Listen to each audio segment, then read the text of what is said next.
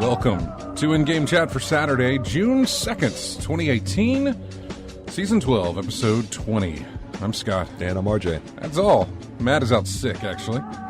Was scheduled to be here, said he was going to be late, and then could not make it at all due to some nastiness that he has acquired. Some of the sinus, I think. In some way or another, yeah. So, anyway, welcome to the show. So it's just me and RJ today. If you'd like to get in touch with us, it could be you. You could call us, 334-272-9228, 334-272-9228. Check out ingamechat.net for all the links to get in touch with us. You can find us on Twitter at ingamechat. You can also find us on Facebook as well. You can email us, everyone, at ingamechat.net. Streaming right now on Twitch. Go over to twitch.tv, type in In-Game Chat. You'll find us. You can watch us and chat with us live in the chat room there while we broadcast. You can listen to the show while we broadcast live as well. So in case anybody is listening who did ask me that question when they saw me coming in this afternoon, said, you bring that every week? Yes, I do. Why? Can we not do what you do here with it? No. That's why. So you can watch us live. So, although we do have a camera in here now, really nice professional camera that a TV station has put in here. Lights too. I don't think there's any way I can hook that thing up to my computer. But yeah, we got lights. There's some massive lights. They're too powerful though. Massive lights. Yeah. So we used those once during a show. I don't know if you ever saw that, but we used them once during a show. We haven't used them again, mainly because my forehead reflector it just I look radioactive. Yeah, it's like half of your face was like glowing. Yeah, glowing, and the other side was in shadow. Because you can kind of see it now, and that's just the reflection of, I think, my. Tell me if does it dim a little bit when I do that? It dims a little bit. Yeah, a little bit. Yeah, but that's just from the screen of the monitor in front of me. That's all that's from. Anyway, enough of this. You don't know what we're talking about because we're talking about what people are watching over at Twitch, which is us, but if you're not doing that, then you know what we're talking about, so it doesn't matter. Anyway, welcome to the show, everybody. And, oh yeah, gotta do this thing. Hang on. Little pretty board. There we go. 1, 2, Anyway, yeah, we're done. So yeah, might as well move on with the show. It's been a few weeks, and I would love to tell you that I've dipped into some games. I really haven't. Detroit released, I think, on a Friday, and I was driving out of town when it released. It came out last Friday. Yeah, Detroit. Yeah, the 20. So I picked it up. I picked it up Tuesday. Could have been. I picked it up Tuesday. That doesn't mean it didn't come out Friday. That's right. Detroit Become Human. It came out on the 25th. Okay, Friday. Yeah, that was a Friday. Released on Friday, the 25th. And I have not played it yet. I thought about picking it up, and then the longer I went without it, the more I thought, man, I'm going to wait till that drops in price before I go spending money on it. It feels like it's just It could have been that way for me, but I knew that once I start playing it was going to be a time sink for me because it was a story based, and I wanted see it through to the end. So I ended up putting all of my time into that. And so when I started, I know that's what it's going to be for me. So I wanted to hold off. So many other things I wanted to play. I just held off on that for a minute. Man, see, I should have known. I should have picked it up then and played it so we could compare some notes. Yeah. It's a fun game to compare notes to, so I probably will dip into it and get it so that we can have that. The demo was proof of that. What'd you do? What did I do? Exactly. And I love having those conversations, but I know, honestly, we're not going to get much time to talk. Today would have been a good day to have those conversations, but I put off buying the game, which kind of want to kick myself over for doing that since you picked it up. But I was also out of town, so I didn't really, although I took my PlayStation 4 with me. You too? Yeah, I took it to kill time in the hotel. And so I thought about picking it up, but because there were plenty of like little malls and stuff that had GameStops in them and stuff. And I was like, no, I'm not going into a GameStop. I'm going to hit up a Best Buy and get it for my Gamers Club Unlocked thing and get it for $45, $47. Less, yeah. There you go. So, I thought about doing that, and I never found a Best Buy, to be honest with you. There were GameStops all over the place, but I never found a Best Buy. So really?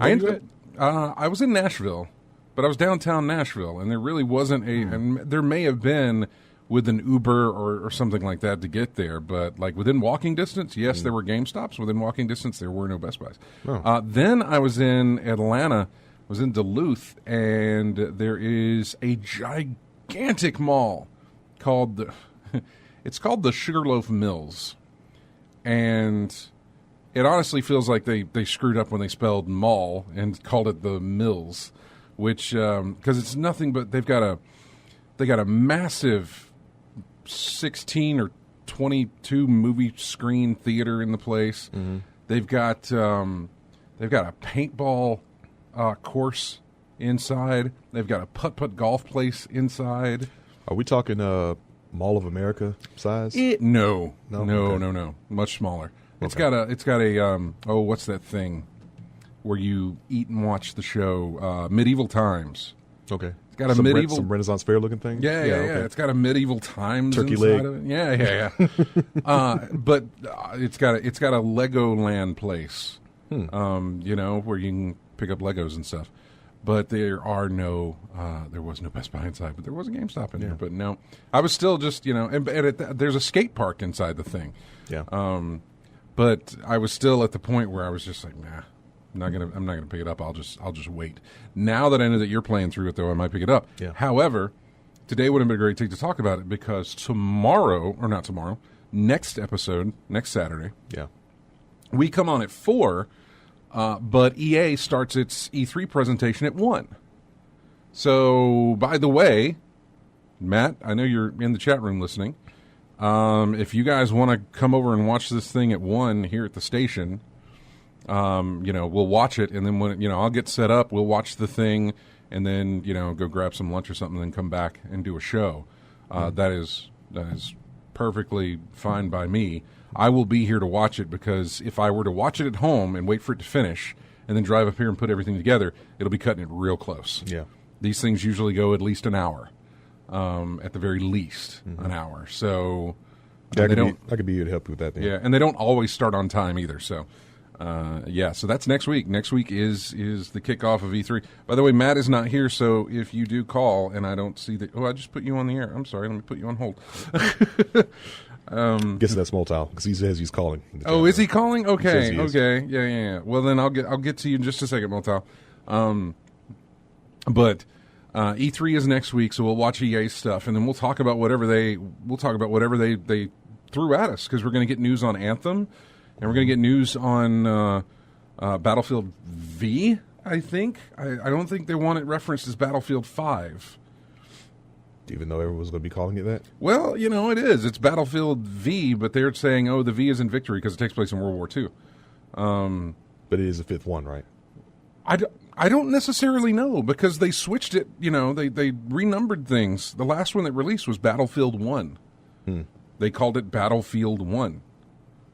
Okay. So I don't know what they're doing here. The numbering conventions are horrible. And I honestly blame Microsoft. For doing the 360 right after the PlayStation 2? No, ours needs to be 3. 360. Well, what are you going to call the next one? We're going to call it 1. Oh, well, that's just confusing. Sony, good on you. You're just going to keep the trend going. PlayStation 2, PlayStation 3, PlayStation 4. Give me a PS5. Just keep it going. Microsoft, I don't know what's going. So I blame Microsoft for that whole situation, switching things up on us. So yeah, it would have been a good time to talk about it, and hopefully Molotow's calling in to talk about that. But yeah, I next week will be E3 stuff, man. Yeah, it'll be all because we do a show Saturday after EA's presentation. Sunday we get Microsoft's presentation and Bethesda's presentation. Right. And then Monday we get the regulars, and so the week following is the whole E3 fallout where we talk about what we saw. So it's going to be a while before we get to that discussion, which may be good. It may be good for me to pick up the game, play it, and get through it for all of us. Yeah. And then we're done. But we'll definitely have time to get through the thing. Yeah, and then when we get around to it, we'll be able to talk about it and say what happened. But I know he's calling massively long distance, so let's get him on the phone. Is this Molotov? Oh, hi, it's Molotov. Hi. How you doing now? Things are going well. How are you guys getting on? Oh, we're doing all right, man. Doing all right. Getting ready for, nothing really at the moment. So we're getting ready for, I guess, next week we'll be getting ready for E3. But yeah, so not much. I've just been, what is that? Is that a game? What is that? Yeah, that's the case of one of the games I picked up this past Tuesday. Okay. Yeah, as far as gameplay stuff, I really haven't played much. You know, I did my stuff in Destiny and got done with that, and I'm slowly getting to the point back when I was whenever the other one released or the other expansion released, where it's like, okay, I can kind of back away from this now.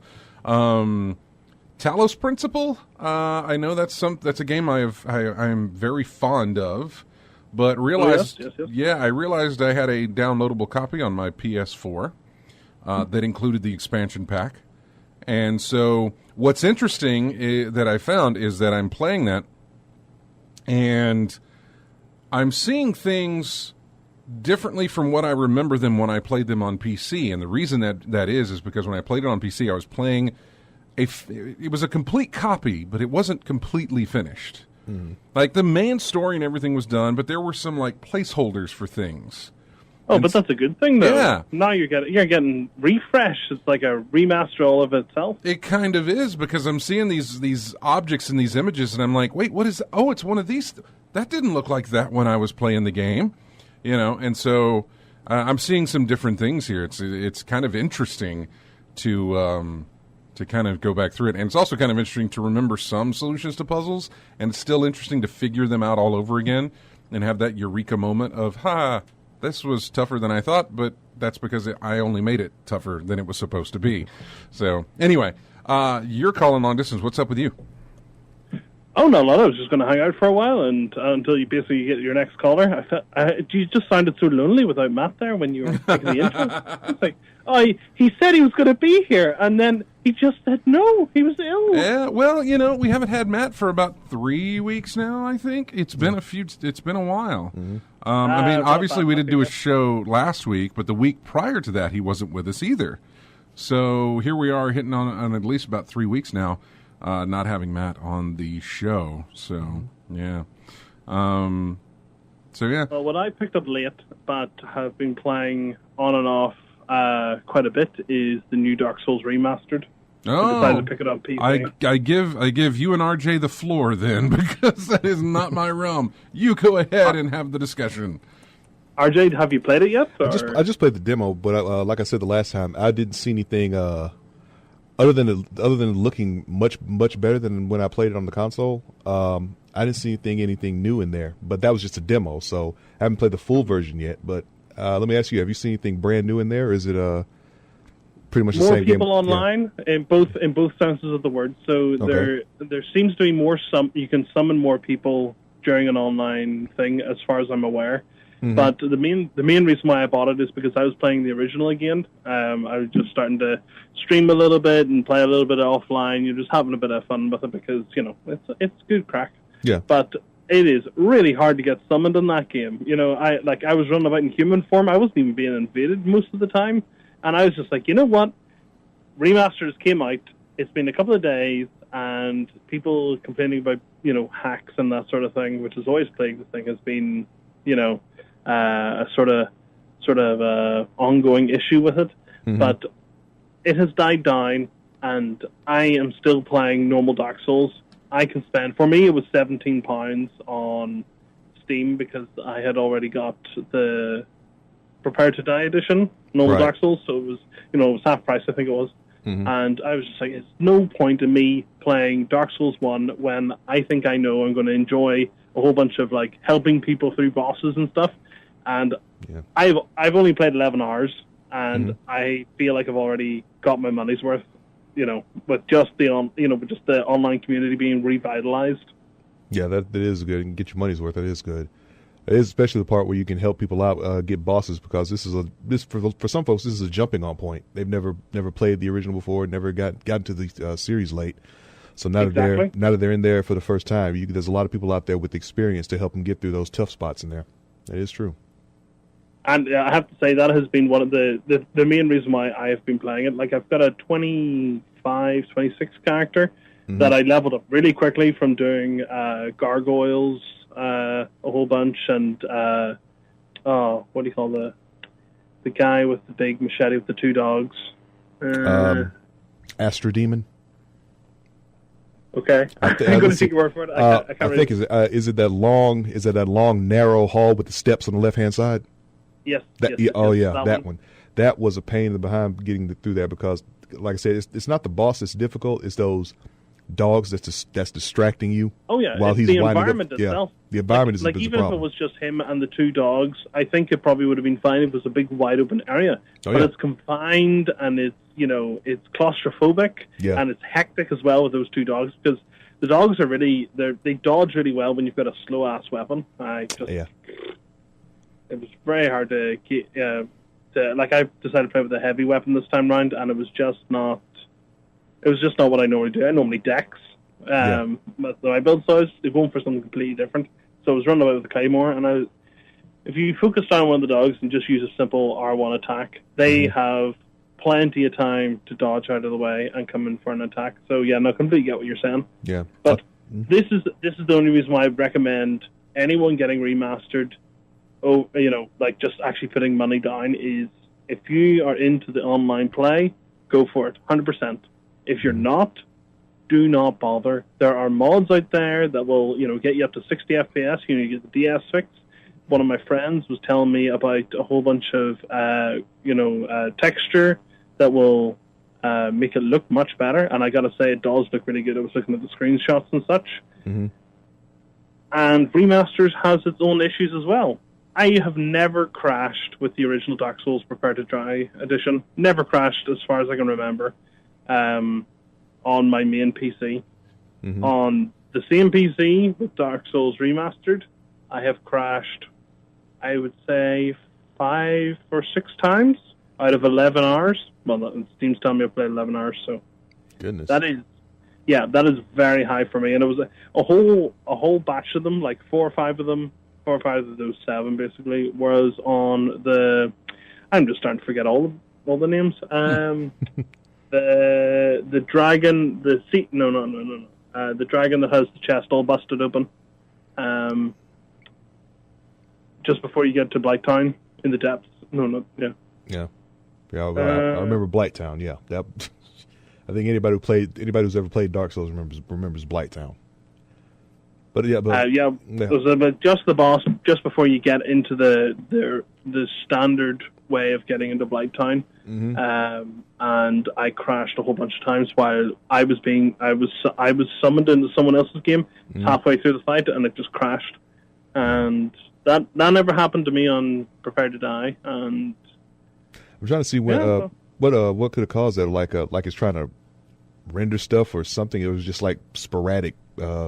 Just crashed on you. It is very hard to say, because I know that I have, like, after the first couple, I was like, okay, let's close down the 17 or 18 tabs that I got on Chrome. Let's close down the other tabs that I got on Firefox, and this, that, and the other. Let's turn down the graphics a little bit. I just went full ham on it, and I still crashed one time after that, so I'm actually not too sure. Maybe it was some sort of networking issue, and then then try to load the game a couple of times or something. I have no idea. I'm just these are just ideas popping off the top of my head. I don't know why I crashed, to be honest. Yeah. There'll probably be some patch or something coming up in the next few days or so, if not already. Yeah, well, from what I've been reading, before I bought it and after I bought it, have been different experiences in the sense of I was reading a whole load of like horror stories and different things like that, and I haven't. Again, this is one person experience. Yeah. But I haven't experienced any of those, and I'm assuming some of those issues were definitely resolved in a patch. Mm-hmm. And again, there are some small health things that they've done to keep the game up with itself. You can burst souls and humanities in multiple, and I'm just trying to think of anything else that's the main thing. Mm-hmm. But they haven't done too much of an overhaul aside from that. Everything else remains the same. Like even there's a shopkeep at the top of Sen's Fortress who's still floating in the air slightly. There's little things like that they just didn't change. I don't know why. I don't know whether they wanted to change it or. Yeah, I guess one opinion that I heard recently was if they change something and they get a load of like negative feedback from it, mm-hmm. that's worse than them not changing it and then everyone's going like, oh, well, that's pants, Yeah. Hey, Moltel, can you hang on the line while we take a break? Of course. Okay, I'm going to put you back on hold, and then we're going to take a break. And when we come back, I want to throw some things at you as far as some of the stuff that's happened over the past 2 weeks, I guess, that we haven't been on. Yeah, some of the reveals that we found out about, and some of the things that we know are coming from E3 and stuff. I want to get your take on those. So hang on the line, and we'll get right back to you. Okay. 100%. See you after the break. Okay. Yeah, we're going to take a break here, and we've got plenty to discuss. In fact, I'm going to get Moltal's email address here and shoot him our show notes so he can see exactly where I'm going with some of these things. Because, look, we got the Call of Duty reveal, which I think I already talked about, maybe. I think that was last week or 2 weeks ago, and we were able to do a show about that at least because we got the info from that. But then there was the Battlefield 5. Battlefield V. I don't know how they want us to say it. There was the reveal for that. Say it however you're comfortable with. Yeah, there was the Assassin's Creed not Origins, but Assassin's Creed, what's it called now? Assassin's Creed Odyssey, which that was revealed, and we'll know more about that next week, or at least the week after next. And then we've got, what was the other one that was revealed? Fallout 76. Yeah. As well announced, so plenty of things to go over here, and we'll be doing that through this entire show. So, with that being said, we're going to go into our break. I do have music from Detroit. I listened to some of it, and I thought, hey, this is pretty good. So I have 2 tracks from that game, 2 tracks from Detroit, and there is a theme for this one that includes Detroit. So it is not excluded from this whole thing. So anyway, your first cut here is Detroit. It is called Your Choice, and we will be back with more in-game chat right after this.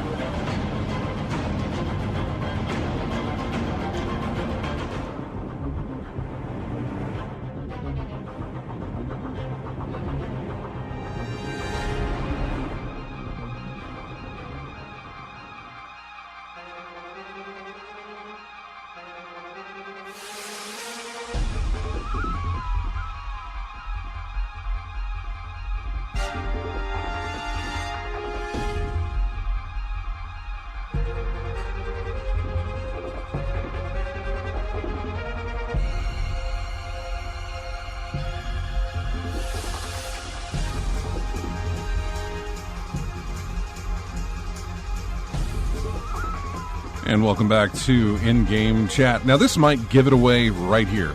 This might give away the entire theme of everything, only 2 tracks into the show. This comes from a older game, I think 360 maybe, I think is where when it was released. I've got it on PC, I think is where I'm playing it. Graphics look horrid. Ninja Blade. Do you remember that? If it's the side scroll, what's that? Windblade? Is it side scroller? Yeah, it's not Windblade. Ninja Blade. No, it's not side scroll. Okay. No, but Ninja Blade. This is called. I think I screwed up when I was editing the title because it says In Skyscraper, but then again, this could have been something called In Skyscraper. I don't know, but so that might give it away right there. If not, there's more to come that will tell you exactly where we're going with this. Let's go back to the phones and talk to Moltile, who has been on. Hello. So I sent you I sent you. Is that From Software? Ninja Blade did From Software did Ninja Blade? I googled it. 360 Ninja Blade developer From Software, and I was very surprised because I thought I knew what From Software was done already. Right. Yeah, I'm looking at it. That's interesting. Yeah, action game developed by From Software for Microsoft in 2009. Okay. Yeah. I remember the I know what I'm box going art. to be looking up. I have it on PC, I think. Yeah, I have it on PC. So, but definitely give it a look here. So, anyway, I sent you our show notes for some stuff here, and I since we've got you on the phone, I don't know what all you paid attention to in at least the past 2 weeks of what we had here, but we'll start with the whole Battlefield. They've got it listed as Battlefield 5, but I remember somebody asking. There's a specific tweet from the company, somebody saying, is it Battlefield V or Battlefield 5? And they said it's supposed to represent V as in victory. This business, sorry, that seemed overly negative when I said it, but it sounds like they're going for, like, we have context of why we put that instead of the other thing, but you can, that doesn't really matter, does it? No, not really. I'm just curious. Just why not call it victory? Battlefield it's like victory. Just do that. Exactly, RJ. Because I was going to say, for example, the newest iPhone, which was iPhone X, everyone's just been calling it 10, and they're like, no. On stage, everyone's been calling it. I'm nearly sure everyone's been calling it X, and the public have just been calling it 10 because we'll know obviously at E3 whenever they go over this. This will be next Saturday. We'll know how they present it when they're on stage in what they call it. I mean, every single word in here says Battlefield 555. This is like what will happen with Mortal Kombat. When the reboot came out, we called it Mortal Kombat 9 because Mortal Kombat X came out after that, and people just called it Mortal Kombat 10, and it just stuck with it. So, yeah, you put the Roman numerals out there, yeah. I know. Well, I mean, technically this would not be Battlefield 5. This would be Battlefield 6 or 7, maybe? 6, I think? Yeah, it depends what you're classifying as a mainline game. If you're including the World War One, which is one, you'd be on 6, I guess. But they have so many side gigs as well. I know. It just depends what you want. I say if you haven't used the number 5, that's fine. But if you're going to start calling it V or Victory, I think RJ is probably the best bet. You should have just called it Victory. Right. Yeah. So it's got a release date, and this was interesting in looking at is that Origin Access members get access on it October the 11th, which is par for the course. If you're an Access member, you get to play the game like 5 days early. That I understand. Then it says if you don't have that, though, Deluxe Edition players get it on October 16th. Standard Edition players get it on October 19th. This I don't ever remember. Like, I remember if you're part of a membership plan, like if you're on Xbox Live Gold members, you get to play early, or if you're EA or Origin Access, you get to play early. I've always understood that. The having a deluxe edition or collector's edition of a game getting you earlier access than the standard edition, I'm sure it's existed before, but this is the first I've really recognized it, I guess. I'm guessing it may have existed before, but it may not have been a very popular decision. That's why it doesn't happen often, because my gut feeling right now is especially in a multiplayer game, right? Yeah, I don't like where that at all. Where people can get way ahead of everybody else in that sort of thing. Yeah. You know? That I don't. I'm not big on that. Like, I get it for the Origin Access members. You're already paying a subscription. You get the game first. Mm-hmm. That has been a standard for everything EA has released for the past at least year, even more, because of what they've done with it's an incentive for Origin Access members. Mm-hmm. I just never knew it could now be an incentive for a more pricier version of the game. If you look at how they've done, like, even just basic online with, when you come from PlayStation 2 to PlayStation 3 and onto Xbox, etc., when they started to charge for the online, now we have the Switch finally gearing up to try and provide an online service as well. They want to bifurcate how people pay so they can get more money.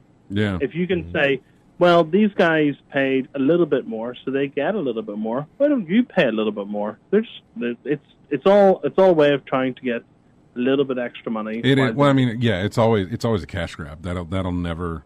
Always remember that while you're still playing a game and enjoying it, it is still a business, and it is still there to make money off of you, and. So yeah, always keep that in mind whenever, especially with E3 coming up, by the way.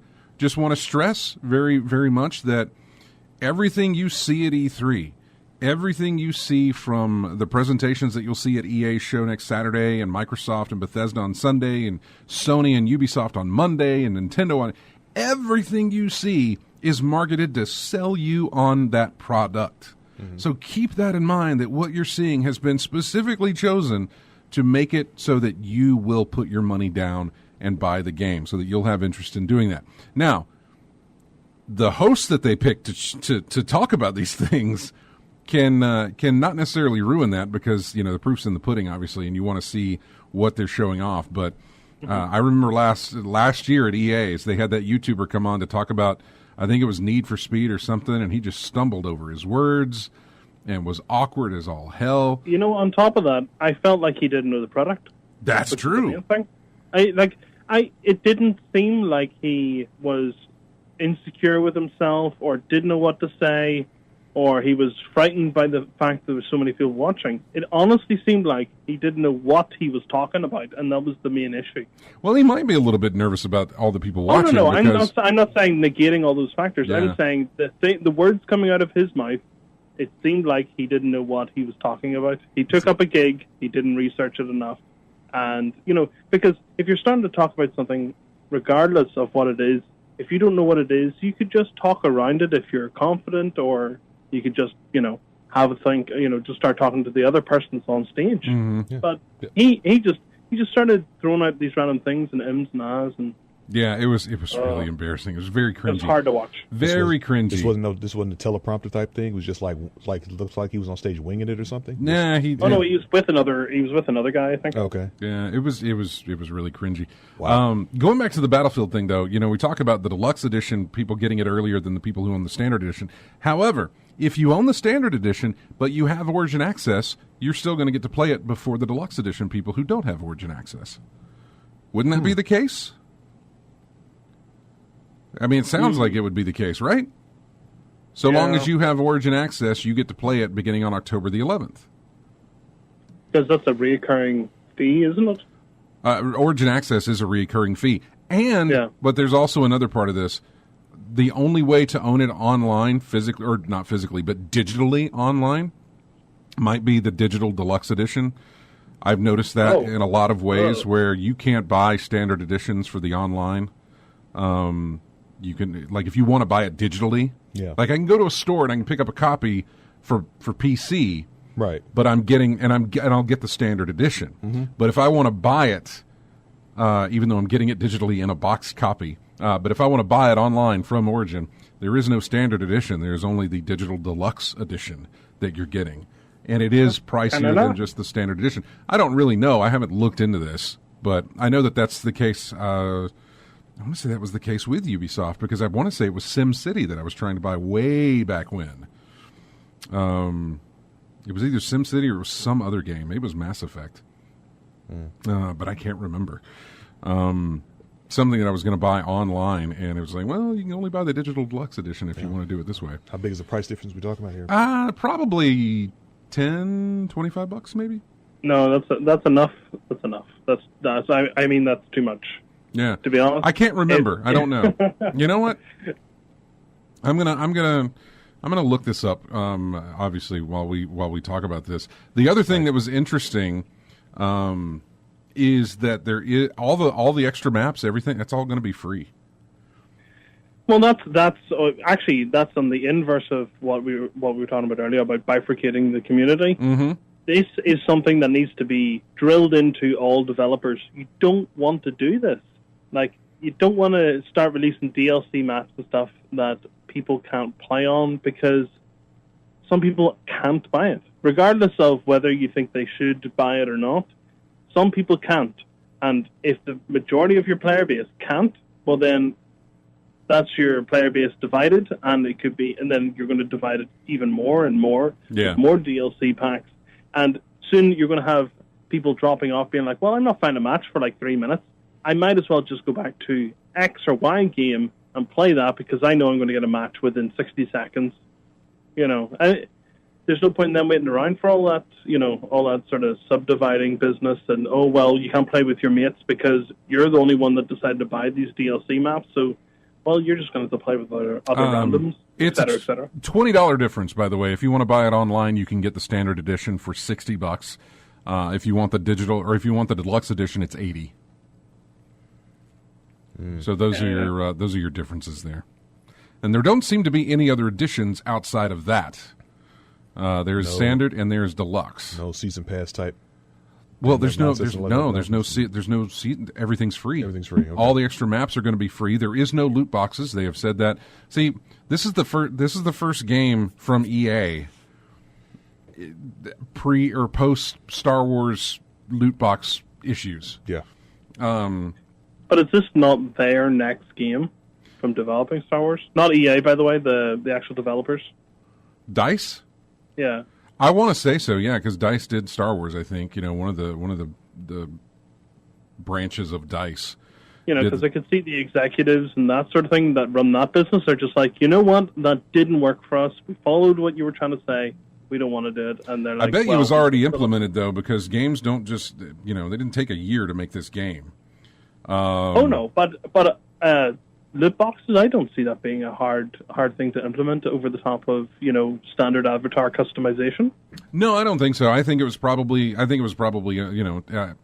hate to dumb it down to just being a flip a switch type thing, but I honestly think it's probably something that just don't put a price tag on these. We're gonna put these out here for free. New maps are free. Everybody can have them. Don't do loot boxes. Well, how are we going to incentivize? How are we going to make money?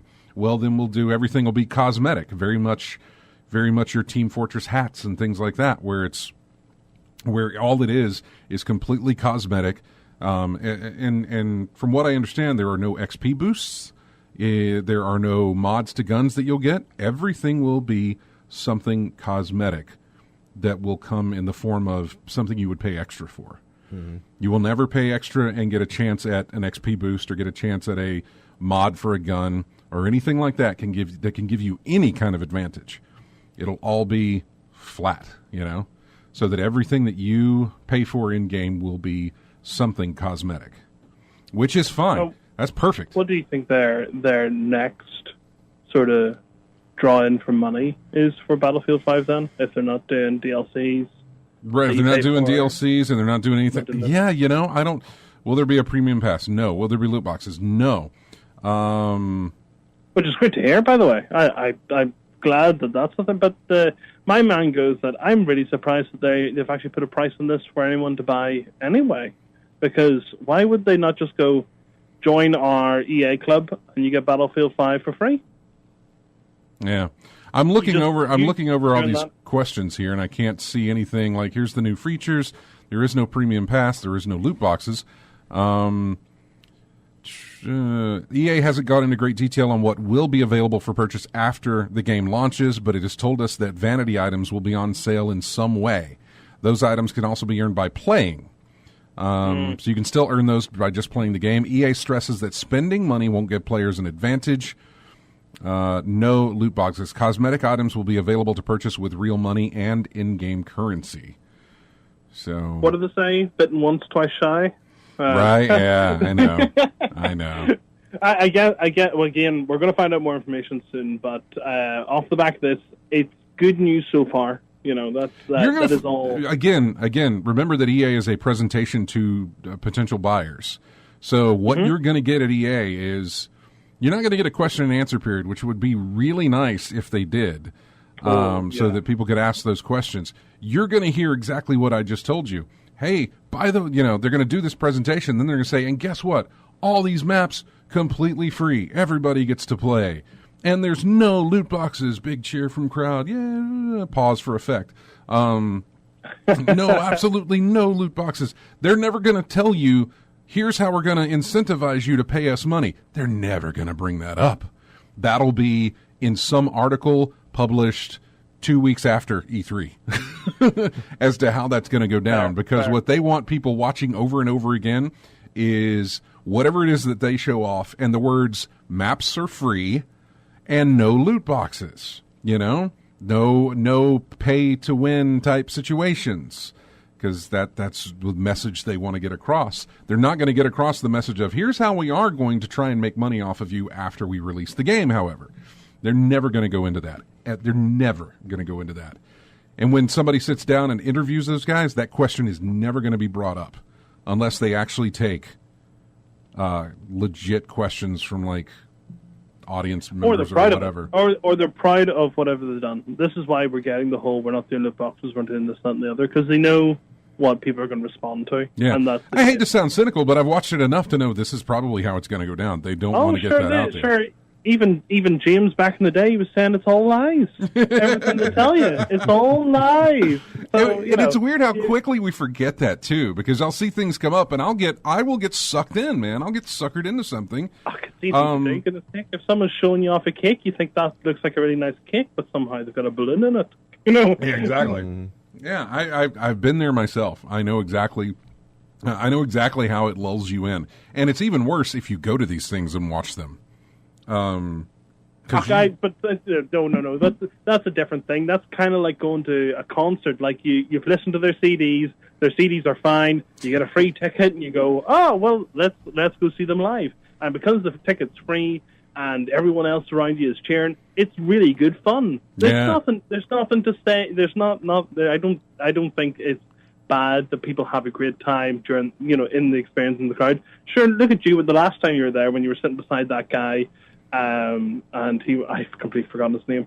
And he was having a great time, which made you have a better time. That's the whole case. It's true. There's nothing to feel bad about. My time at least Sony press conferences has been documented well on whatever it's on YouTube and stuff, where the camera caught a glimpse of me for about 5 seconds or so, grimacing. Well, no, grimacing was the last one that I was caught on. The one previous was because old Kevin Butler was out there doing his Kevin Butler thing, and I was sitting next to friends from Colony of Gamers and stuff, and laughing it up with him, just having a dandy of a time. And the other one, I was just by myself, had a camera in hand, and yeah, I had a stupid look on. I think I was biting the inside of my mouth or something, but it made me look like I had this very disapproving face of, I can't remember who the guy was that they brought out there, but it was an exec from Sony, and I had a stupid look on my face. Like I was just not impressed. Yes, exactly. We're going to have to find that one. I know where they all, I've got a picture. There's a picture of it on our Facebook page. Because Nate caught the screen grab and put it up on our Facebook page. So, anyway, good boy. So yeah, Battlefield 5. That's kind of what we know, and we're going to know more about it. But we're not going to get any of our questions answered as far as what are you doing here? Is there anything what aren't you telling us? Ads. How are you making money off of this game after it releases? Because that's how you can do it. And so they're not going to tell us that. They're really not going to tell us that until way down the line after we put our money in for pre-orders. Which is never going to be me for a game like Battle, unless they have Steelbook still won't sell me on this. A Steelbook will not sell me on this. It won't, dude. Unless it's like a specific special edition one of 150 made or something like that, or it's part of the Mondo selections or something like that. I'll believe it when I see it. Yeah, okay? that'll pull me I'll in. believe But it when I see it. I don't think it's... Whenever it passes you and you don't buy it, I'll be like, "Oh, Scott was right this time." I say that, says the guy who said that about a Switch and then bought one. I say that. Well, yeah, Switch is great. Yeah. I love my Switch. Well, no, it turned out to be really. I'm very happy with that purchase, actually. Even though I said that it's not going to be something I buy, and then boom, there I am day one with the stupid Actually, console. you know what? Because of you, the last time I was in one of those, you sell in your games and buy them again. I just had a couple of minutes to spare, and I was looking around, so I picked up a whole bunch of random Xbox 360 games. But I saw a steelbook for Killzone 3, and I was like, "Oh, Scott would like that." Yeah, exactly, right? Yeah, I'm going to buy it. It was just because of you. I don't have other steelbooks. I don't really care about them. I got a message. I got a message on one of my other Facebook pages from somebody who listens to the show, and it's not Steelbook related, but I think we talked about a game from Tiny Build, Final Station. We talked about that because we used some music for Final Station the other day, and we talked a little bit about that game. And he picked it up, played it, finished it, and sent me a note saying, "Hey, I really enjoyed that game because you mentioned it. Thanks for." And I was like, "Oh, that's great." So now I need to get in touch with Tiny Build and be like, "Hey, look what I sold a game for you. Do something for me." Yeah, no. So yeah, that's always great when I can. I imagine everybody who listens to this show, when they see steelbooks or know what they are, they're thinking of me. But keep in mind, I don't buy all of them. I only buy the ones the ones you like. I buy the ones I really or if it's like. part of a collection, or if it's right there in front of you. Or like I don't own a single Star Wars steelbook, but they're all over the place. I don't own one. Oh, I'm sorry, no. Back up. I own Rogue One. There was a steelbook for Rogue One, and I actually have that one. But as far as like the main Star Wars 1 through whatever, all of them, I don't have any of them. I don't have any of them. It just wasn't appealing to the eye, was it? They're horrible. Yeah, they look bad. Because I remember one of the requirements for you to get a steelbook, it has to look good. It needs to look nice. decent. It needs to look nice. And I will say that the one recently, The Last Jedi, I think is the most recent one. Okay. The Last Jedi, very, very nice look to it. But I didn't want to pick it up because I'm like, well, that's episode 8, and there's 7 more before it that look like crap. Yeah. And so I'm kind of holding off until they do some big collection and everything's in a really nice looking state. But the main, I don't want to even say trilogy, but the main 6 movies and stuff, they're horrible. Horrible. No effort. No, it's a character on the box. That's it, and it looks bad. I don't like it. I don't like it. Anyway, that's just me. Also, they don't come with digital copies inside either. Oh, would you really need that? I'm kind of big on that. Well, no, I know that I've got a whole bunch of movies that had digital copies, but they're all from random things that I don't use, like Ultraviolet. Yeah, well, no, how you put it up, Ultraviolet. That ties into your Ultraviolet. That ties into your Voodoo account, and so I can just go to Voodoo and redeem those. I can't go. I can't. Yeah, I can't do that with your stuff because it is region locked. But right. but I understand. I've got I got 400 movies digitally now. So, and now that Disney has taken over the digital movie front with the. This is way off video game topic, by the way, folks. Oh, it's still good though. I can talk about this.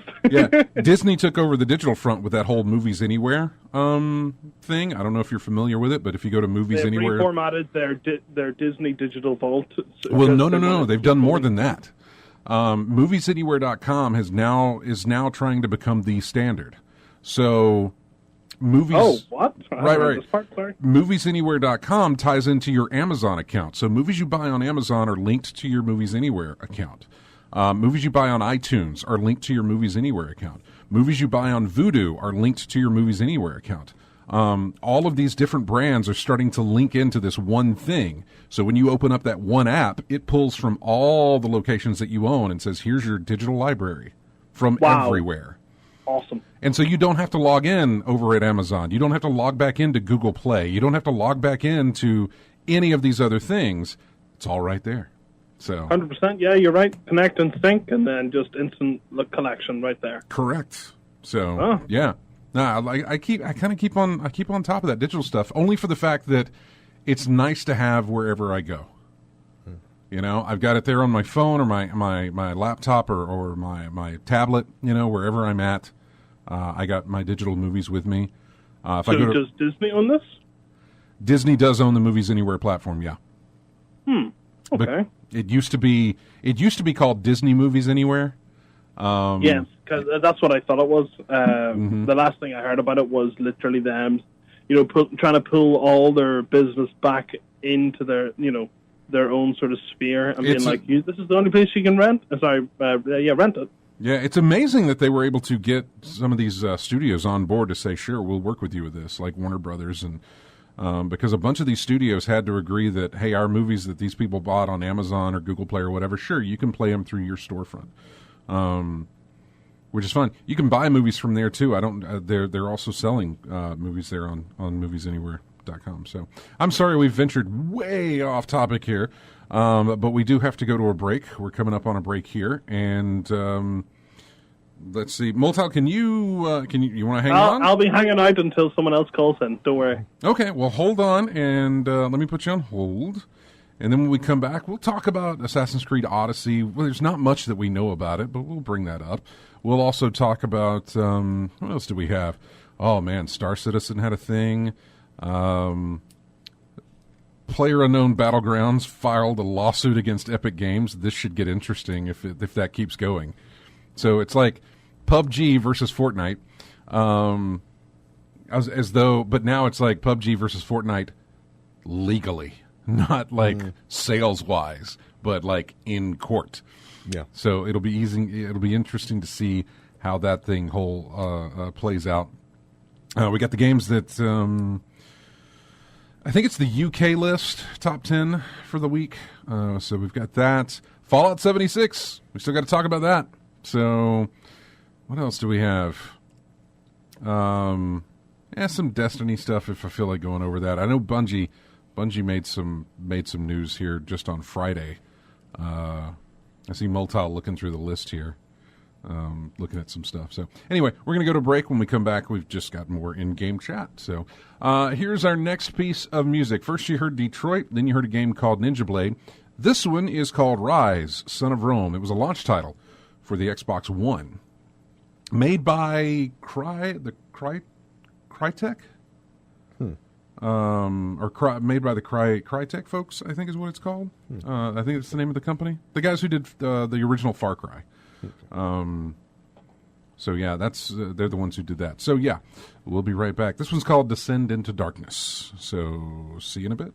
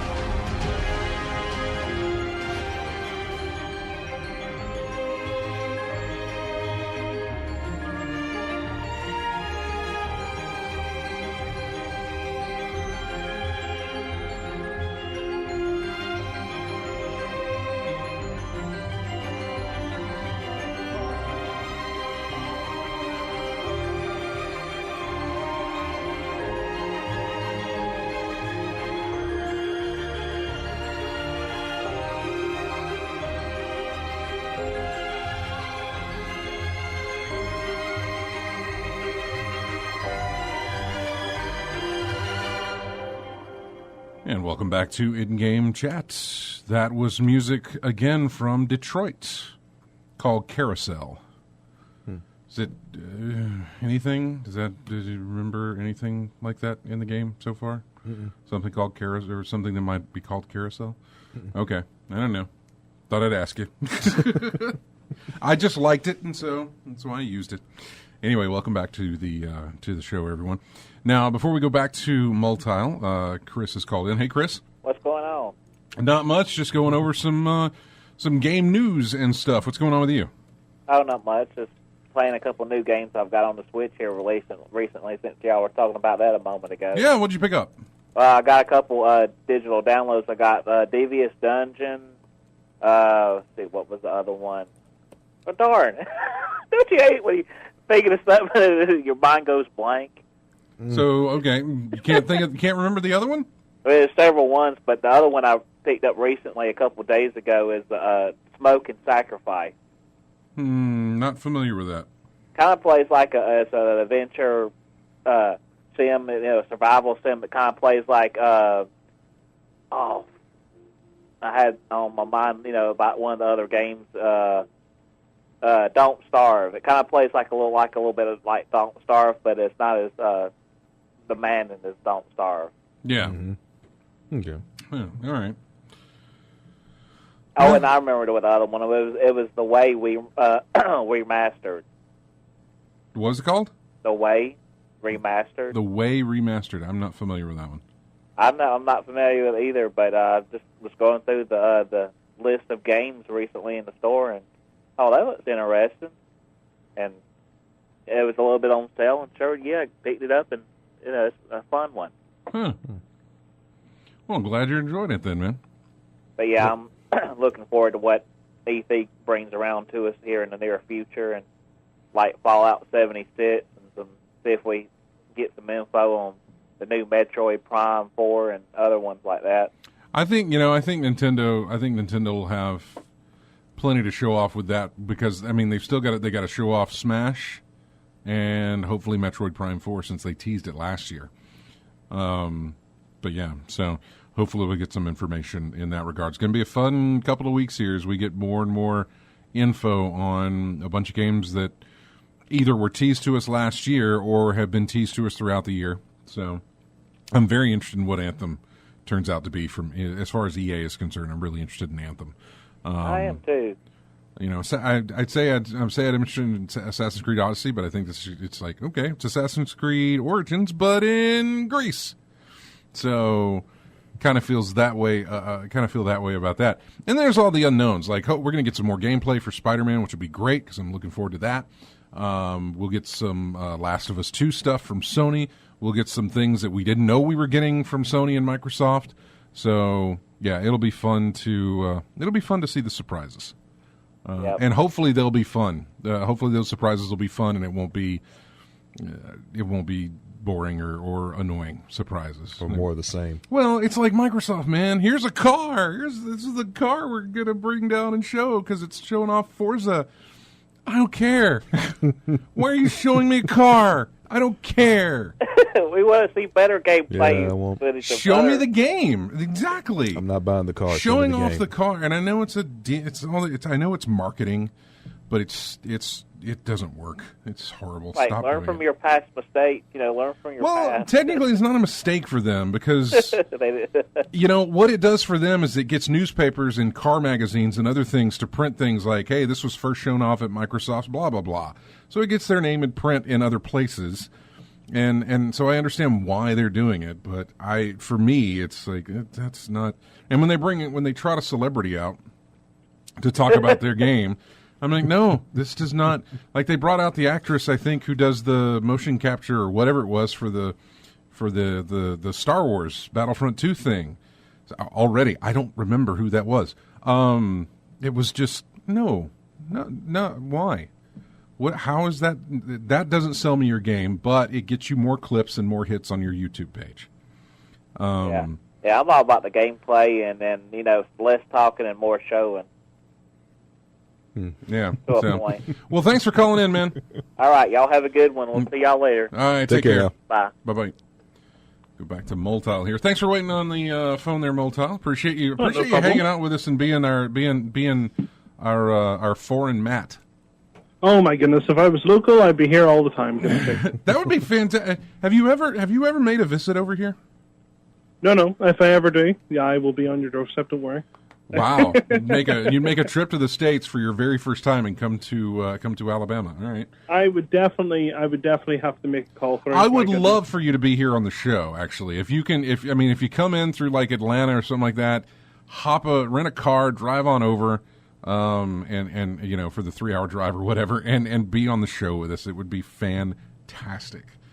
I've always thought that's exactly what I would do. So that has always been in the works if I ever go to America. Yeah, and even if you ever come here for like going to a PAX or something that I might be at, we'll do a segment over the phone that I can put up on the YouTube page and also incorporate into the show, so that we could just have you that way. No problem. No problem at all. Speaking of PAX, the PAX Prime tickets went on sale this week. The ones for Seattle. Are you excited?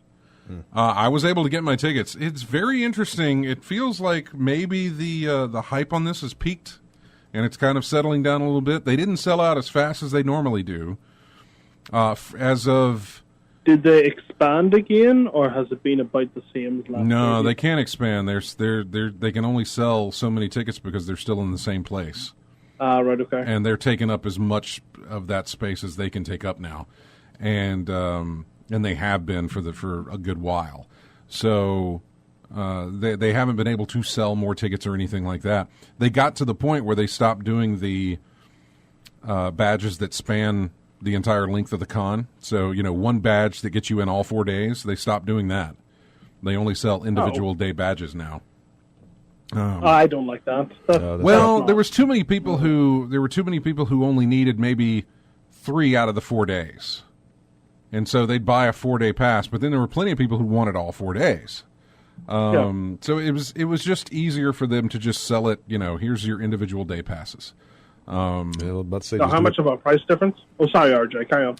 I was just thinking about conventions I've gone to. It's always been a full day, 2 day, 3 days, something like that. There's always a pass that gets you in all 4 or all days, or do you just want to do a 2-day? You got a 2-day pass, things like that. Oh yeah. No, they don't have anything like So just individual days. Yeah, there's a Friday badge, Saturday, Sunday, and Monday. Okay, badge. So I'm thinking I'm trying to think of reasons why tickets wouldn't sell out as quick. There's a definite reason right there. Well, yeah, because then Saturday, but then you have the problem of days selling out fast. Like Saturday was the day that sold out first. Yeah. So Saturday was gone within. Saturday was gone within like 45 minutes, maybe, of when they went on sale. Which, again, going back into the past. Maybe 2 years ago or 3 years ago, getting passes for your Friday and Saturday were very, very difficult because they sold out very, very fast. So apparently maybe the hype on this is dropping a little bit because Saturday sold out 45 minutes. Friday did not sell out until way, way into the evening of Thursday night when they went on sale. Yeah. So it's a bunch of little bit of reasons, but yeah, I'm struggling to figure out why they couldn't do it. If they did a 4-day pass, why couldn't they do a 3-day pass? Yeah. I've never seen that before in any conventions. They did an AMA on Reddit, and they explained that whole situation. Okay. Monday passes are still available, and they're not even on the low end. They're still like available, good to go. They're not even low.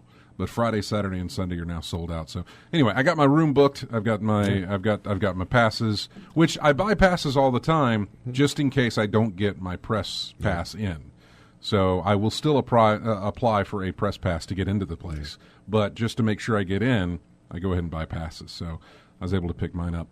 So yeah, if you ever do anything like that and come over to this, you gotta let us know. Just let us know if you're ever 100%. over here, so that we can get you on the show or something like that.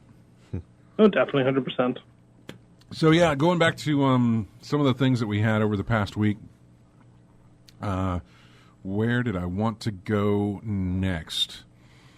Just a couple little quick hits here on the whole PS4 being in the final phase of the life cycle. You're like, yeah, felt like it was a badly worded thing, honestly. It was probably Yeah, it was. They were talking about the end cycle of the thing, not really like, it's the end of days, we must release a new console. Yeah, that never hit me because, I'm still playing my Saturn, my Dreamcast. Yeah. It's never really, system's never really dead to me as long as power goes through it and it still works. I've never had any kind of emotion reaction to any of these things where they come up and say, "Hey, we're not."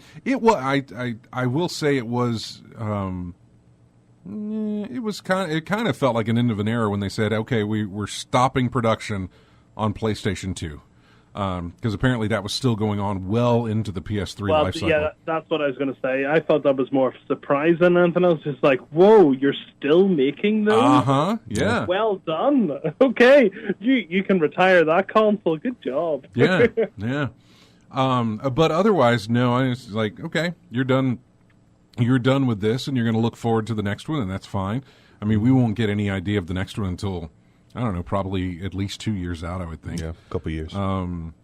This thing, the PlayStation 4 and the Xbox One both still have a whole lot of life left in them as far as and the backlog that we got between ourselves. Last of Us 2 still hasn't come out, and as well as that one was received on PS3, that's going to be massive on PS4, most likely. Mm-hmm.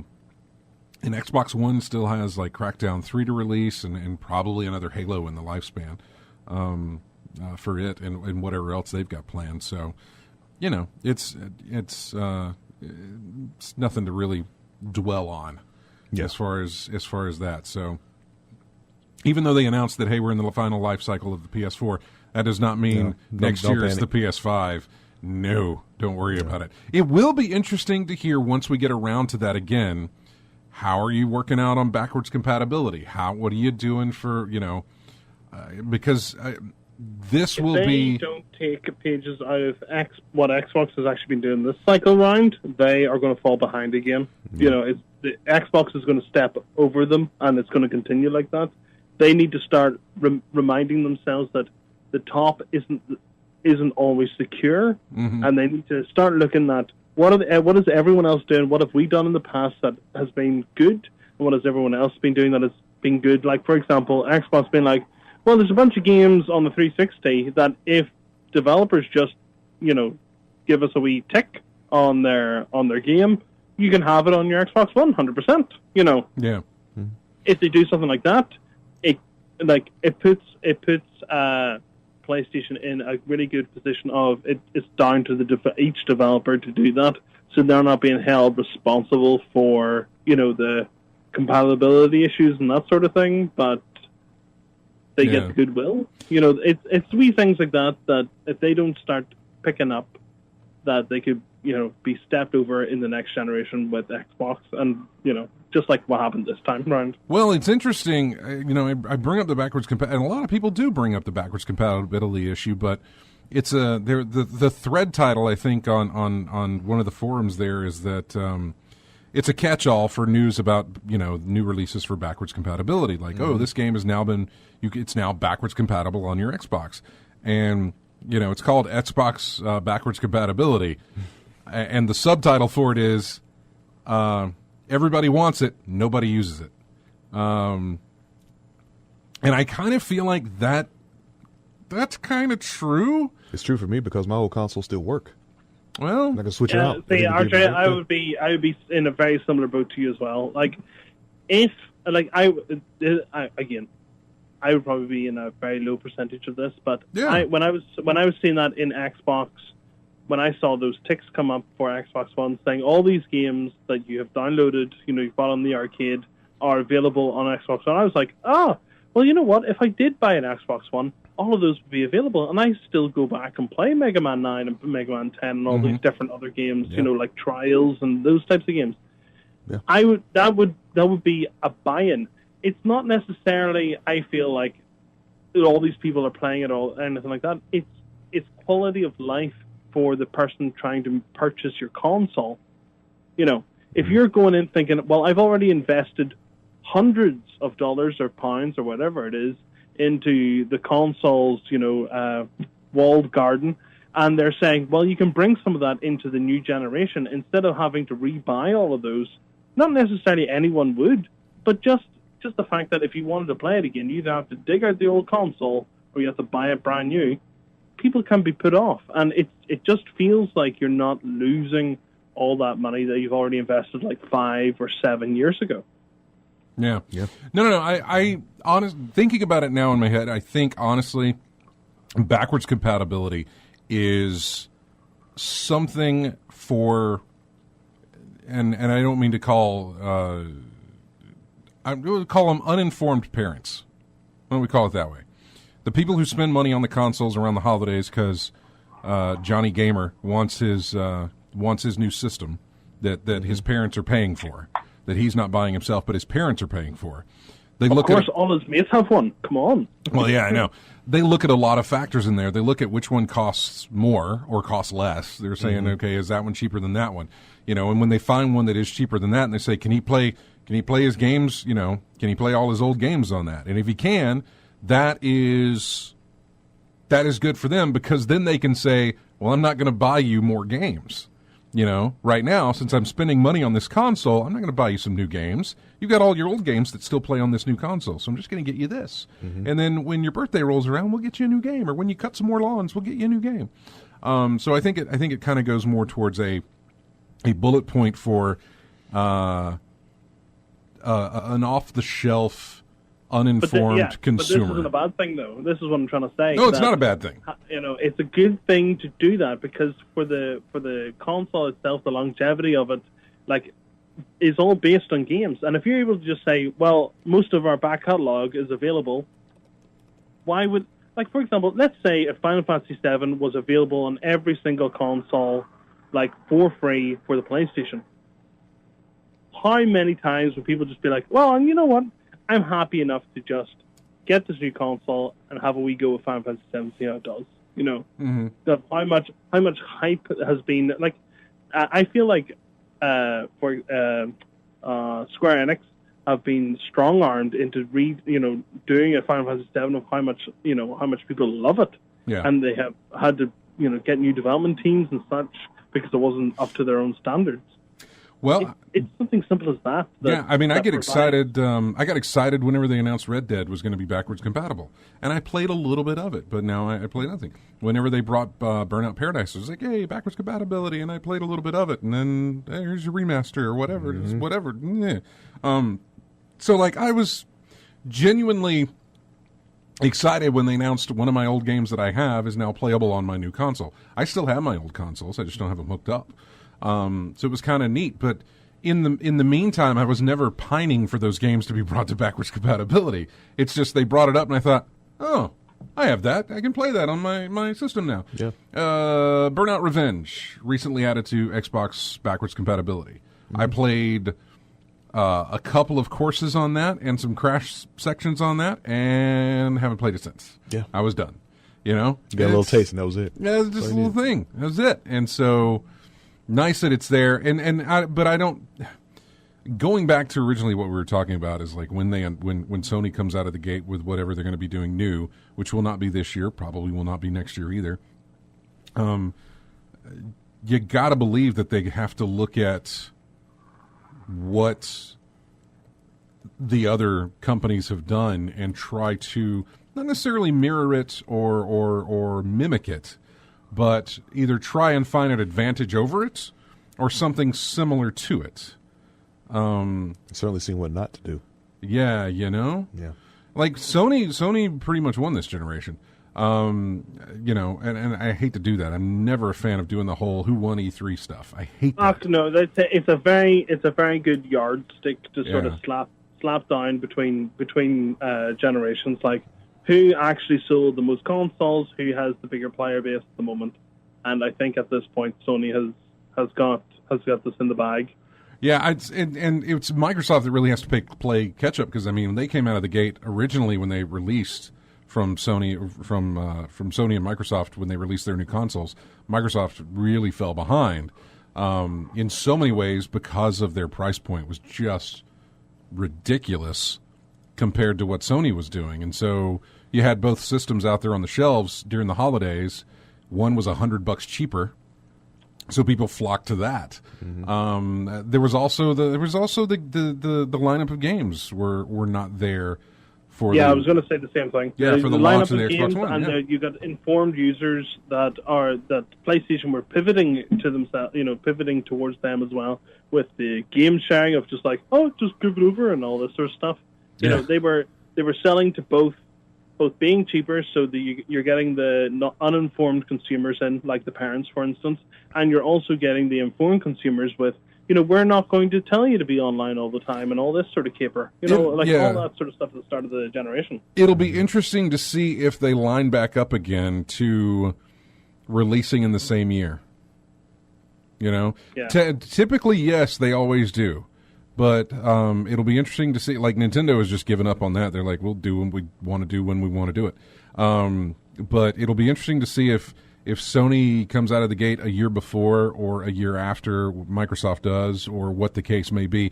Microsoft has made no rumblings as far as the console lifespan of the Xbox One. They have said nothing about that and what they're going to do with it. So, but that's way down the line to worry about. Again, there's plenty of time. Again, with PlayStation, that is they were talking about the end cycle of the generation, not necessarily we're axing it now. We're not going to produce any more. Yeah. What was I going to say? There's the. Oh, where did it go? Oh, yeah, the games with gold for. Speaking of Xbox, the games with gold for June were announced, and I think there's an Assassin's Creed in there. Yeah, it's Assassin's Creed Chronicles. Russia is free all month long, and then you get Smite. The Smite Gold Bundle is available from the 16th through the 15th.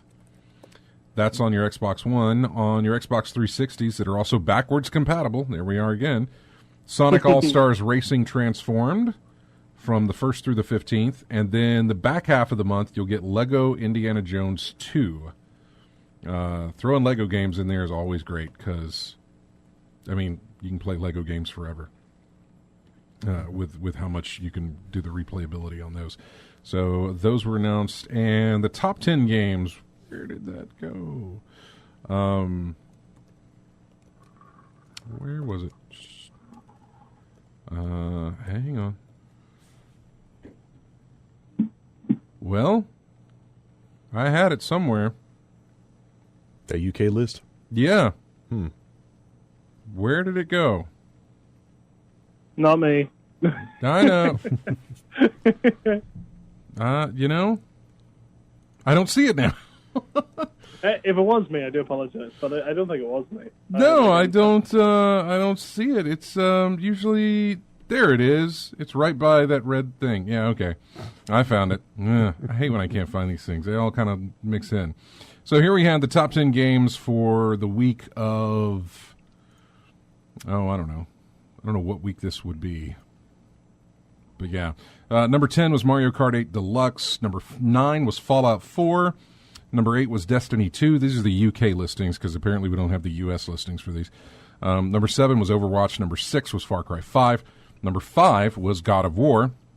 Number 4 was FIFA 18. Do you notice how many numbers are in these titles? It's really kind of confusing. Mm-hmm. Number 10 was Mario Kart 8, 9 was Fallout 4, 8 was Destiny 2, 6 was Far Cry 5, 4 was FIFA 18, 3 Dark Souls Remastered. Mm-hmm. Number 2 was State of Decay 2, which I still haven't played, but I have it because of that Xbox Games Pass. And number 1 was Detroit, Become Human. So there you go.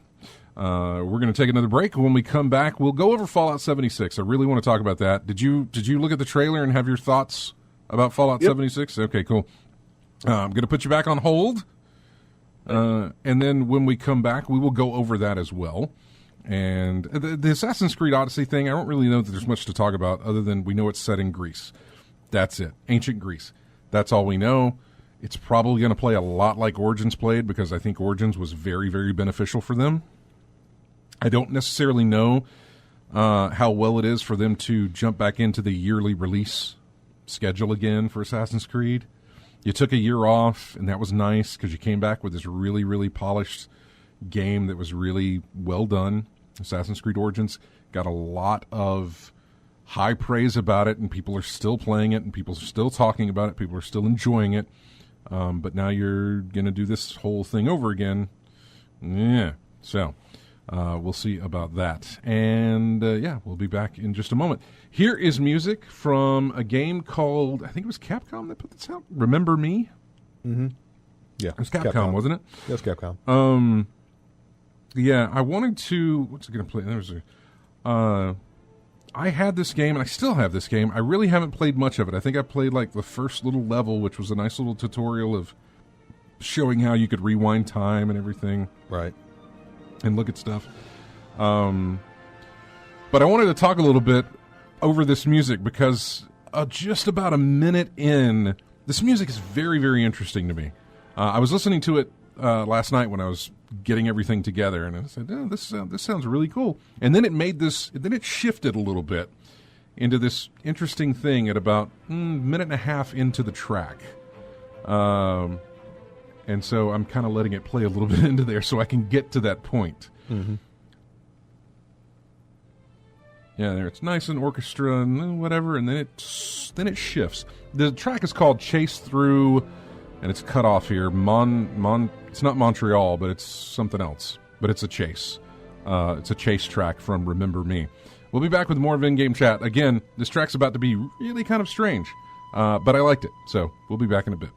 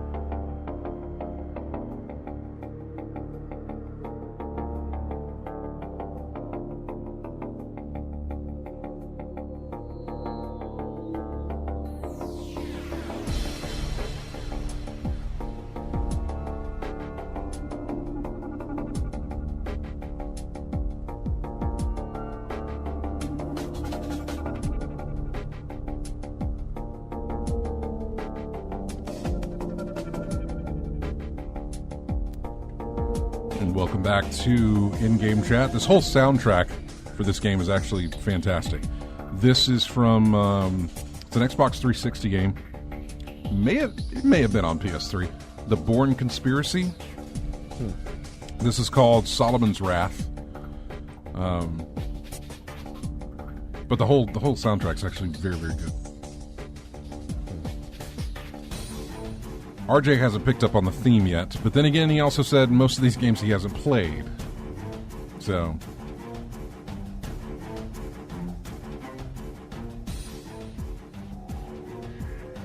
bring Moltile back in. Hey, man. Oh, hoi, hoi. I see Drunk Degenerates posted something in there about Bungie looking to self-publish. Yeah, I looked over that. I thought it was kind of odd, to be honest. They didn't seem to be in a horrible position with Activision Blizzard. You know, they seem to be getting plenty of investment from them. And how long did it take? They were during the first development, remember that story that came out that you guys were talking about with them cutting off a whole bunch of stuff and then just going forward anyway with like limited inserted sort of story, as it were, and they had everything like on the web page instead and all this sort of caper. I don't remember that. When was that? Before or after the release? Oh, this is Destiny 1. This is when they first released the first one with I'm just trying to think, the web page interface they had for the trying to tell the history and the ideas that they wanted to bring to the table was all put on the web page instead of being part of the game. The grimoire.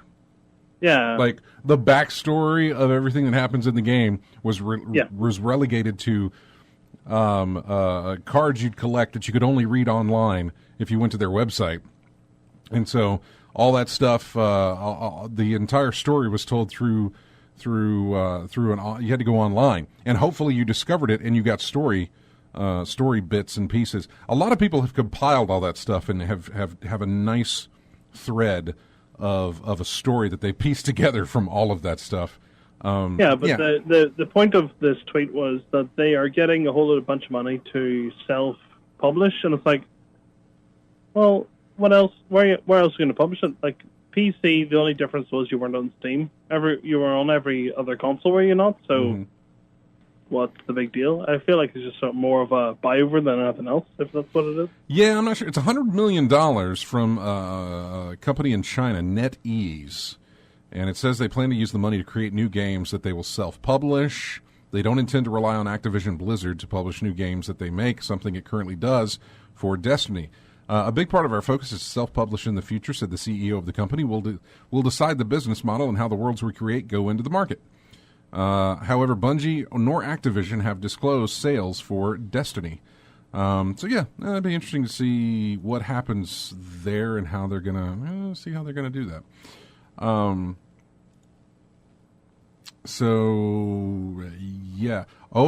By the way, faction rallies kick off this week on Destiny 2. You remember those? Yeah, I remember those. Yeah, they're making changes there.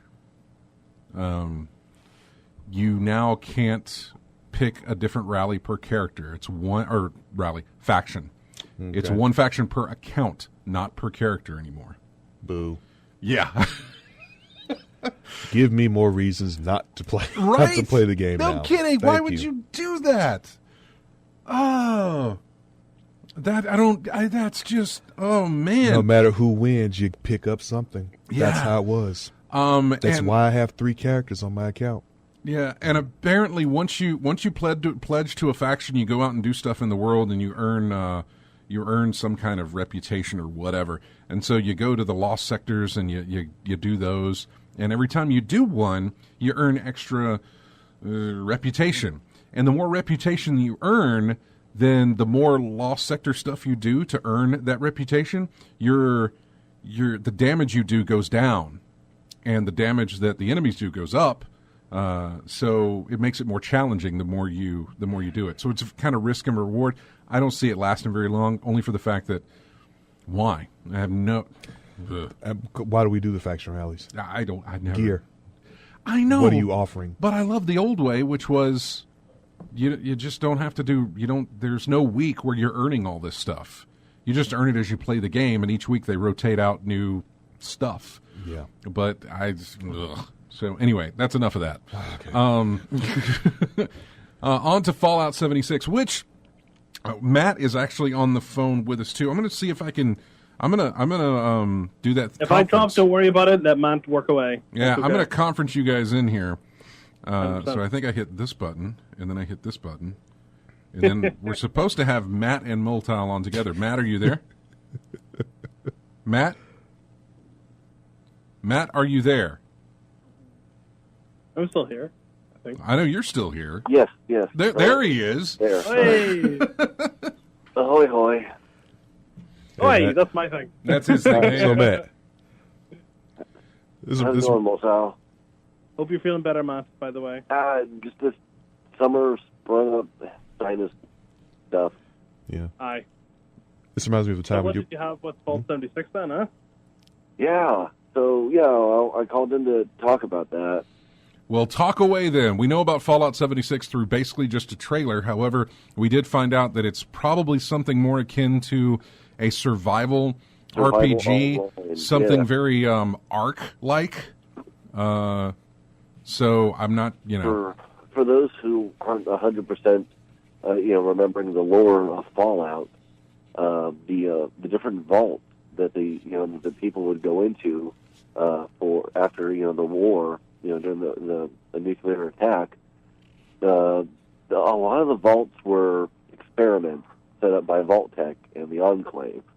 And so, one vault would have a whole bunch of radiation in it. One vault, Vault Vault 13? They didn't have a water chip, for their water system. Mm-hmm. They sent it to one of them, they did psychotropic drugs. I mean, so it was basically an experimental, on a subject that people who are sort of confined. But there were, I think, about 12 vaults that were controlled. They were the control sector, and Vault 76 is one of the control ones. So that one, they didn't mess with that one at all. So they were, they had the right amount of everything. They didn't, make them go crazy, and so it was like their control section. One of the 17 control vaults, by the way. Oh, 17? Yep. Well, Okay. that's off one of the terminals. Carry on. Yeah. Well, I knew it was something like that. Oh, no, 100%.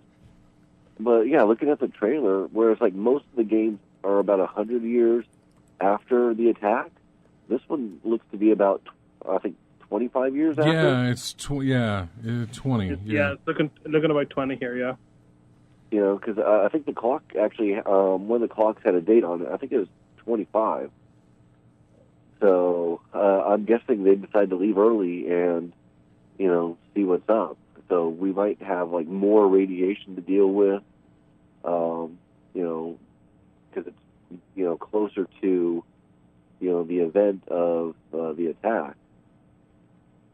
So that unless there's some disparity in the games. Fallout 3 had a terminal that was saying after a period of 20 years, it will automatically open, and the residents will be pushed back into the open world for study in comparison to the other experiments. Mm-hmm. So this one's being released before their other controls,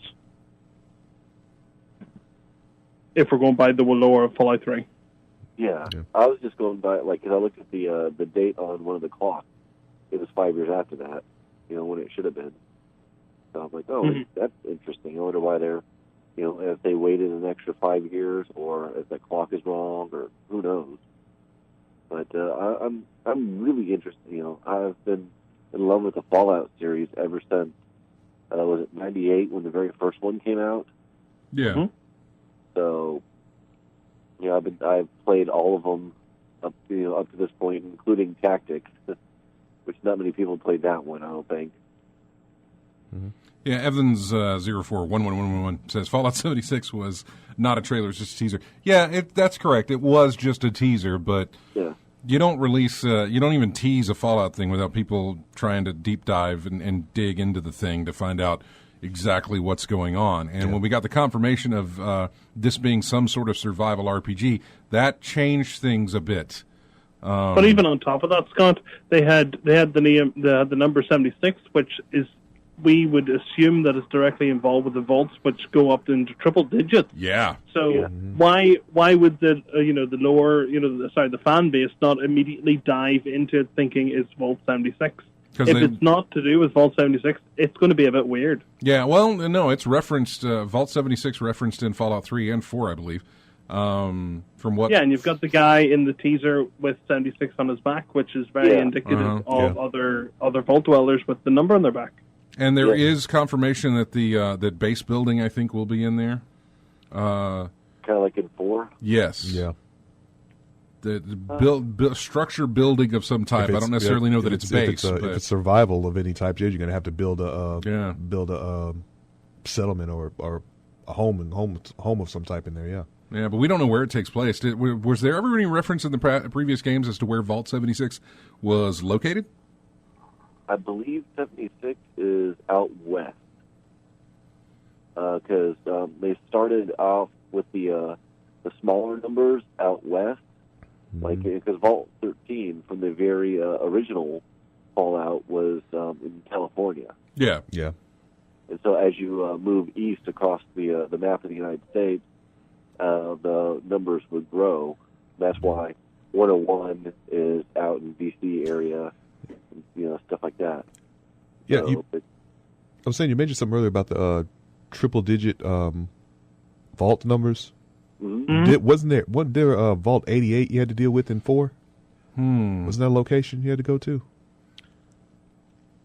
I can have a quick look. Yeah, I'm looking. Yeah. I'm looking up I'm looking up this. It says Vault 76 is located in West Virginia. Oh, West Virginia. Oh, okay. You know what? Yeah, all right. That would make sense because they did play that song. They used that road. Yep, "Take Me Home, Country Roads" was in the trailer, which has been all over the place recently. It was in the Kingsman sequel. It was in Aliens. The sequel, yeah, Covenant. Yeah, and it was in something else, I thought. Okay. I can't remember, but yeah, it's just been used over and over again. And so yeah, West Virginia probably. Okay. Yeah. Oh, that would make sense then. So what are the locations we've had in Fallout? It was California, Nevada, California, Nevada, Chicago, D.C. Yeah. Okay. With the DLC stuff was in Pittsburgh, and I believe Maine or Far Harbor. Okay. I believe. What was Point Lookout? What was that at? I remember. I want to say that was in the South somewhere. I think it was. Point Lookout. Yeah. Probably want to say Louisiana, but maybe that's just because it's spelled that way. Yeah, I think about Fallout with the locations. Tactus says Maryland, and yeah, it is Maryland's Point Lookout State Park. Okay. Okay, Maryland. Yeah, think about how Fallout, like Assassin's Creed, is like the location's like one of the biggest stars of the. It always is. Yeah, So, it always is. So, just like any times, like with Assassin's Creed, it's like what time period and where. Where and when. With Fallout, it's always where are you putting it? Where you putting it? Yep, exactly. And I guess apparently it just says Maryland, by the way. Yeah. Okay, yeah, Maryland. Okay. So Boston with 4. Yeah, Boston in 4. Yeah. So this is the first one in the South? Vaults have been, scattered across, the U.S. And, we went to that VR simulator for Anchorage, in that's right. 3, DLC, but that was just, I don't think that was necessarily a vault. That was more just fighting the Battle of Anchorage. Yeah. So I don't know. We're going to know more about it. I know it's very limited info that we have. So, but I think with the E3 coming up, this is just to get you, salivating. It's just it's a taster. Yeah, they're not going to throw out the main trailer right before E3. They're going to wait for E3. Oh, of course, yeah. Well, they kind of did that with Rage 2. They were like, oh well, it's been leaked. Let's go ahead and show them what's there. I don't think Bethesda has anything more surprising for us as far as, hey, I didn't see that coming, because we know about Rage 2 and we know about Fallout 76 now. So yeah, and it's interesting. Remember that leak from Walmart a couple of weeks back? Yeah, with the different posts, threw out everything that was going to be available soon, so they just threw it out there. Right, yeah. So, because we did, Assassin's Creed was on that list, and we are getting a new Assassin's Creed, and so it gives me hope for Splinter Cell. Yeah, maybe that list is, was more accurate than we were. That's all I really want. I want Splinter. Give me Splinter Cell from Ubisoft, and if that one comes true, I'm that'll be fine for me. The Destiny Comet thing, I don't know what that is. We're going to find out whatever that is next week or something. I don't know. I don't know what that is. But you're right. Tactus says that Fallout 76 was not on that list. You're absolutely right that it wasn't on that list, and it may be a game that's not coming out this year. True. They just, I would think chances are that it wouldn't. I don't know. Bethesda's never really been like that. Bethesda's never been really, here's a game, but you're going to have to wait a whole year before it releases. with the exception of like almost a year, because I remember, they announced the New Order, I think it was, Wolfenstein New Order. Yeah. They announced that at an E3, and then we got to play it in April or May of next year, of the year previous, which was the same thing with Prey.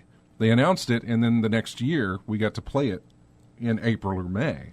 Mm-hmm. So usually they don't announce something that you can't play within a year. Usually. But we'll see.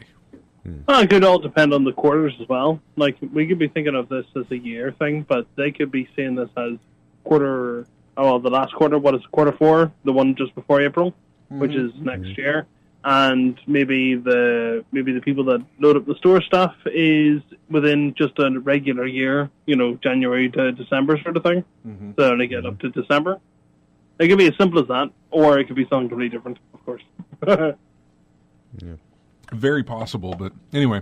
Guys, we got to run. Matt, I hope you get better. Thank you. I think I know what the theme is. You think you know what the theme is? I think. I have a guess. What? Without telling you what the next song is going to be, what do you think the theme is? Games with heavy quick time events. Bingo! You got it. They're all quick time. They're all very, very heavy quick time event games. It was the Bourne Conspiracy. Bourne Conspiracy? Okay, I thought it might be Ninja Blade that gave it away, but Bourne Conspiracy gives it away? All right, that's fine. That's the one that gave it away for me, because I remember you talked about that years ago. Yeah. About how it was just nothing but QTE. Well, the next song you're going to hear is from Asura's Wrath. Okay. Which is also nothing but a QTE fest game. So it was going to be Shenmue or something. But yeah, Matt, get better soon. Multal, thank you for joining us for the entire show. Great job, guys. Had a fun time. All right, we'll talk to you guys later. All right. Bye-bye. Bye. Yep. And that is going to do it for us as well. Thanks, everybody, for joining us in the chat room, and everybody who gets us on the stream and on the radio. Thanks to everybody who gets us each week from iTunes. We really appreciate it. Go to ingamechat.net. Join us on Twitter, Facebook, our YouTube channel. Subscribe to that. Our Twitch channel that you're watching, subscribe to that. If you're on Steam, join our Steam group. We'd love to have you. And you can also find us on Discord. You can find us on Xbox One. You can find us on PlayStation 4. We're all over the place. But thank you, everyone, for tuning in. And we will see you next Saturday when we talk about some E3, some EA at E3. Here is music from Asura's Wrath. This is also a Capcom game, by the way, I believe. Yep, it is. But it is QTE heavy. This is called Breaching the Karma something. It's cut off. I think it's the Karma Palace. Anyway, we'll see you next week.